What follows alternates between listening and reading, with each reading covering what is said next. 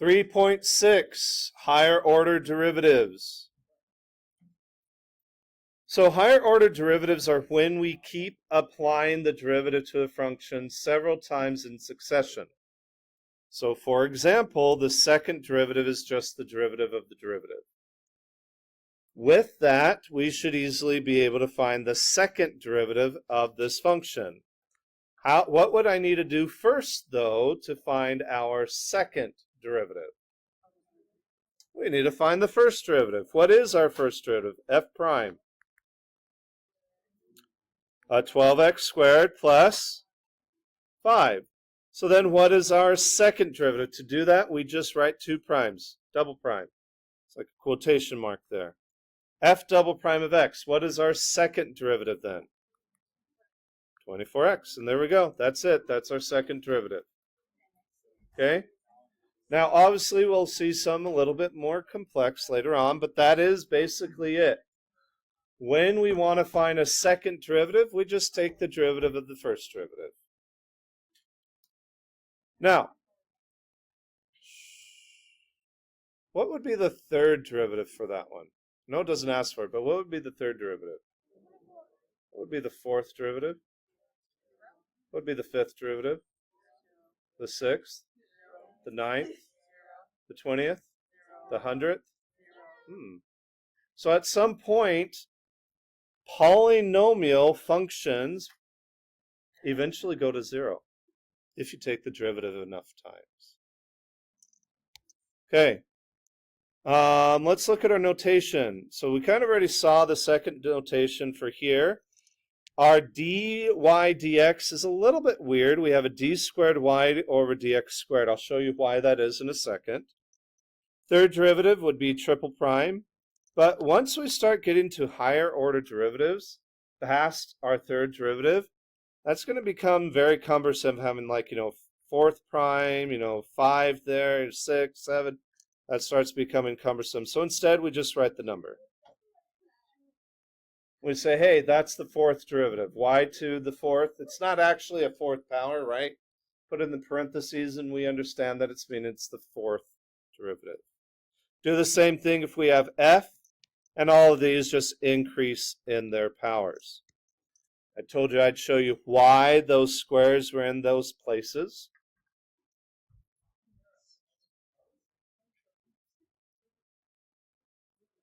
A lot of conversations going on here. Let's quiet down, please. All right, so how do we get d squared y over dx squared in those particular places? It comes from taking my first derivative and, well, taking the derivative of that, d dx of dy over dx. If we look at the top, what is repeating in the top? The d's, hence d squared y. What is repeating in the bottoms? The d and the x, so thus we say dx squared. So that's why the squared is on the d and on the x in those particular places. Okay, and that's our second derivative, d squared y over dx squared. And then similarly, if I wanted to go forward and do my third derivative, that would be the derivative d dx of the second derivative, d squared y over dx squared. And so how many d's now do I have on the top? So d cubed y. And how many dx's do I have on the bottom? 3. So d cubed y over dx cubed. And thus that's my third derivative. And so forth, d4y over dx4, and so forth. Okay? So that's why we have those powers in those particular places. Problem number 2a. You have your function, find the sixth derivative. I want you to go down and do those 6 derivatives, please. Let's start with our first derivative. I know you guys already are kind of seeing patterns, but let's do it together. Tori, what did you get for the first derivative?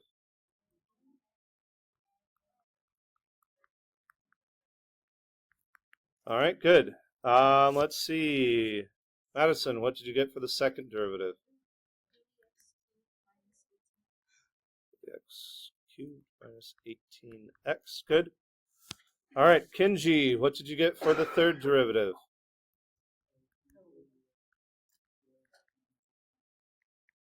Good. Yulong, what did you get for the fourth derivative? 480x. Okay. And then Keston, what did you get for the fifth derivative? Just 480. Fifth derivative, 480. And so then, what's my sixth derivative, guys? All right. Some of you guys have already seen the pattern. What is our pattern then?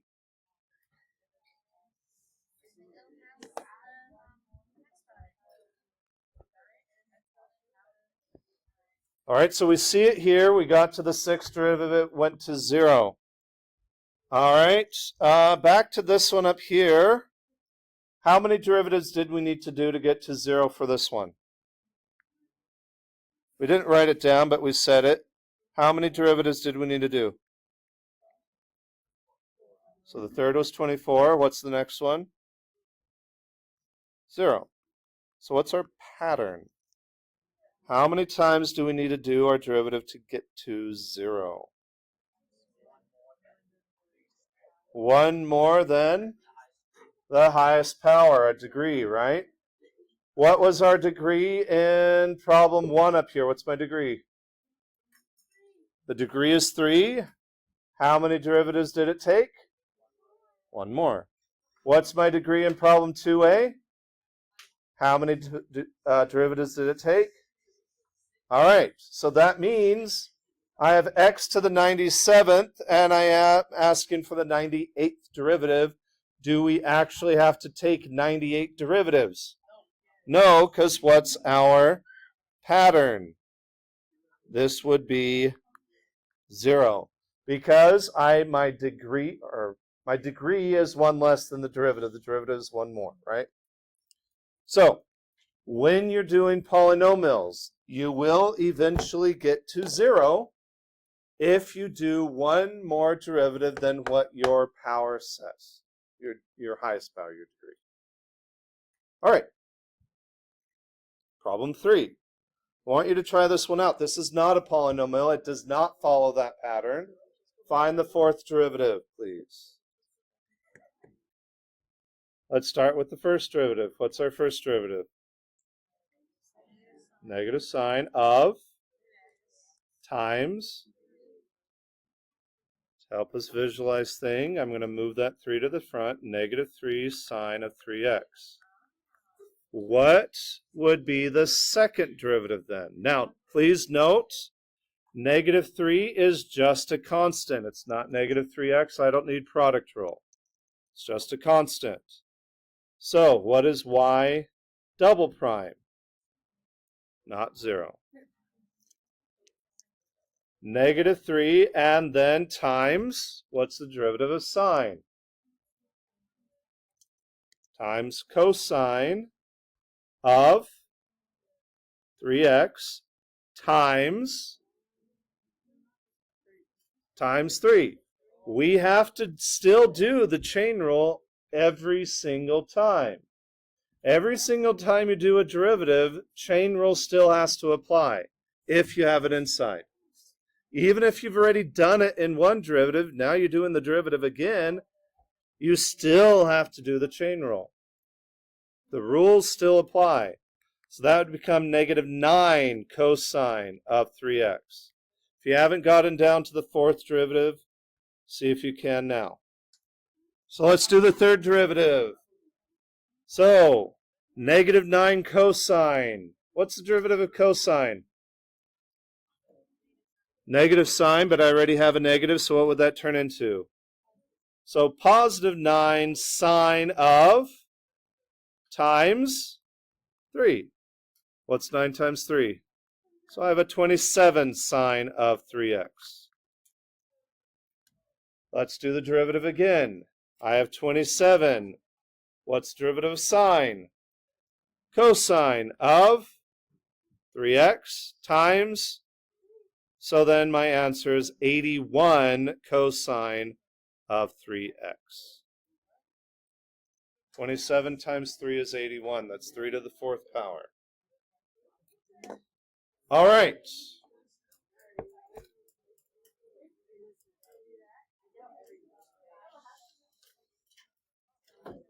Turn the page and try problem 4, please.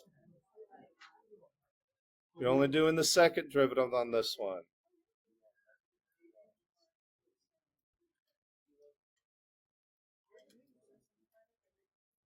All right, ladies and gentlemen, let's look at the first derivative and talk about what we would need to do. Some of you already figured it out, but I want to talk together. Y prime, what's my derivative, guys? Cosine of times. Now, on the last one, we were just times 3. That was just a constant. But now, do I have just a constant here? What do I have? 2x, which is a function of x. So now I have a function times a function. What rule must we now use? Product rule. So we didn't need product rule in the original derivative, but we do need it here. So see if you can do that product rule and get our second derivative. All right, let's go ahead and do this one. A lot of you out there have got it, which is awesome. Y double prime, so we're doing our u dot v prime plus v dot u prime, our product rule here. So u would be cosine of x squared dot v prime, so that's my u. Dot v prime, what's the derivative of v? Just 2, right? So that's my v prime. Plus v, 2x, it's my v, times u prime. So what's the derivative of cosine of x squared? Negative sine of times. So I still have to do that chain rule again there for that derivative. So that's my u prime. Only thing I would do is to kind of multiply and bring things to the front of the sine and the cosine. So I would bring that to the front and say, hey, that's 2 cosine of x squared. And then I have a 2x, a negative, and a 2x. That would become a minus 4x squared and a sine of x squared. That's it. That would be our derivative. Okay? And again, you may have had the negative 4x squared sine of x squared first, and then plus 2 cosine of x squared. That's still correct. Same answer. All right. So sometimes when we take our second derivative, we might then need to use the quotient rule or product rule or some other rule and apply it. Any questions on problem 4? Let's look at problem 5. So we are going to be looking at implicit functions, implicit differentiation. But now we are wanting the second derivative, d squared y over dx squared. To do that, we would need to start with the first derivative. So let's go ahead and do the first derivative. So d dx of 2y squared plus 3x squared equals 4. What is the derivative of 2y squared? What's the derivative of 3x squared? And the derivative of 4? All right, can I solve for my dy dx? Yeah, what would I do? Subtract my 6x, right?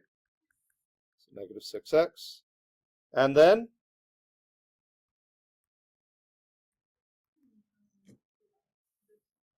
divide by what? 4y. So I would have negative 6x divided by 4y.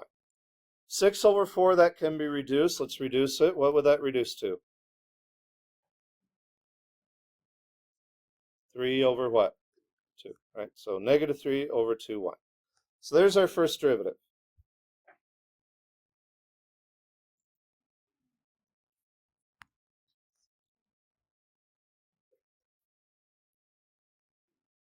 So if we want to find the second derivative, I would need to take the derivative of that. So I'm going to write it up here. So dy dx is equal to negative 3x over 2y. And we are going to take d dx of that.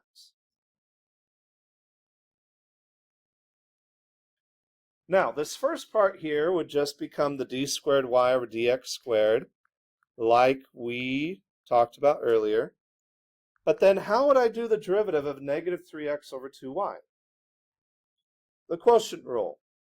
Because I have a function divided by a function. So what is our quotient rule?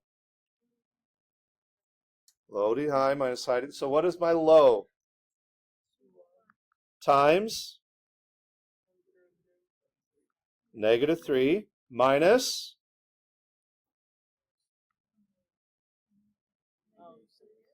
negative 3x times 2 times, it's a derivative of 2y. I did a derivative of y, so what must I have there? dy over dx. That is still there because I took a derivative of y.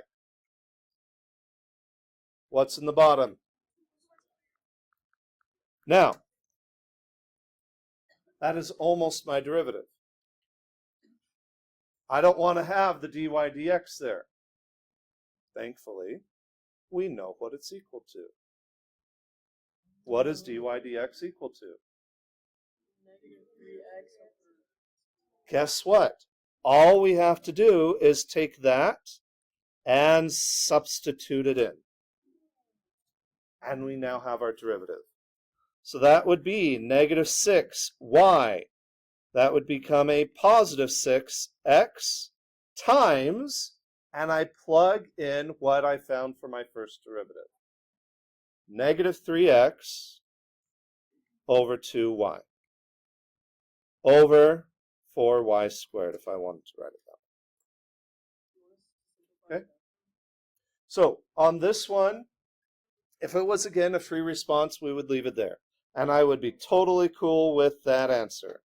However, there will be times that we will need to use our second derivative for various reasons. So simplifying it might be useful. And the only thing, similar to what I said in the homework, is how would we get rid of the fraction within that fraction? Multiply it by what? By 2y. So I'm going to multiply top and bottom by 2y. Okay? If I do so, I would have negative 6y times 2y plus the 2y there on the next term would cancel out, and I would be left with 6x times negative 3x all over 4y squared times 2y. So then I could just multiply things up, and I would be done.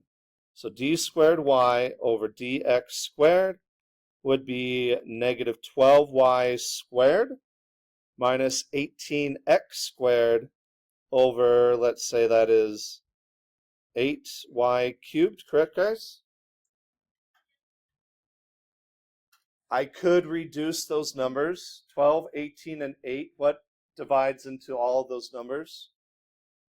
2. So I could, 4 doesn't go into 18, but 2 does. And so I could divide all of them by 2. And so I could reduce it down to negative 6y squared minus 9x squared over 4y cubed. But again, either of those would be fine. But the big thing I just want us to realize is that when we are doing the second derivative implicitly, pretty much always we're going to need to use the quotient rule because our implicit differentiation always leads to a fraction usually. And so then we would have quotient rule. But in doing the quotient rule, we will probably have a dy dx because we will have taken the derivative of a y. And then all you have to do is replace dy dx with that first derivative.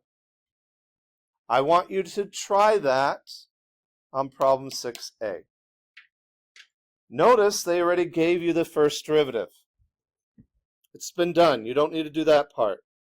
They have said it can be shown dy dx is equal to that. So we're done. I don't need to do the first derivative. Just do the second one. Try it out, see what you get. Don't bother simplifying. Just take the derivative. The simplifying goes a little kind of weird. So.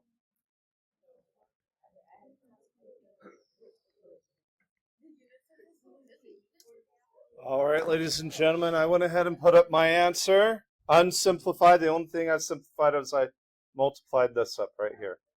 Okay? So again, low d high minus high d low, and in the derivative of the bottom, we have a 2y plus 3, so 2 dy dx, and then low, low. And then the only thing we need to remember is dy dx, we do have to replace it with what dy dx is equal to. Okay? And then that is our second derivative. Please note, on Friday's test, you will not be doing the second derivative of implicit differentiation. Okay? It is practice here as part of doing higher order derivatives. You will have implicit differentiation, but it will just be a first derivative, not second. We will be revisiting this idea and this concept in Unit 5. And we will be having a whole section on the implicit differentiation, first derivative, second derivative, and what it tells us about the graph. A little bit of a preview. Horizontal tangent lines, we've talked about this. This is when our derivative is equal to 0, correct? If I have a horizontal line, the slope is 0. Well, if I have a fraction, that means my numerator would be equal to 0. If I have a vertical tangent line, this is when our derivative is undefined. It's a vertical line.